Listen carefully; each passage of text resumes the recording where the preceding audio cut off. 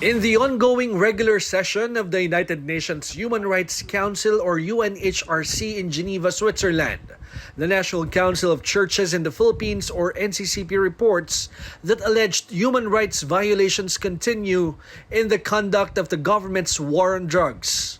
Drug-related killings continue with impunity under the administration of President Ferdinand Marcos Jr. with over 200 victims since July 2022. There is also very minimal accountability for perpetrators since the time of President Rodrigo Duterte. Even the recently released 2022 Human Rights Report of the U.S. State Department cites the supposed impunity among state forces involved in the killings.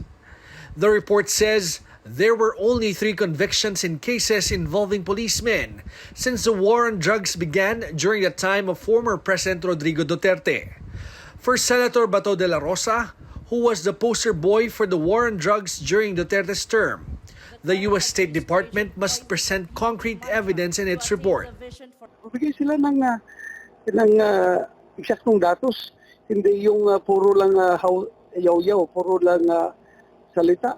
Sabihin nila kung ano yung basihan nila. Ano bang ibig nila sabihin? Mas magaling yung justice system na kaysa atin? Ganun bang ibig nila sabihin? The government admits there could be abuses committed in the over 6,000 deaths during police operations under the Duterte administration. But officials claim these could not be called crimes against humanity. Reason why they appealed to the International Criminal Court or ICC several times, saying there's no basis to proceed with its investigation. They also argue that the ICC has no jurisdiction over the Philippines.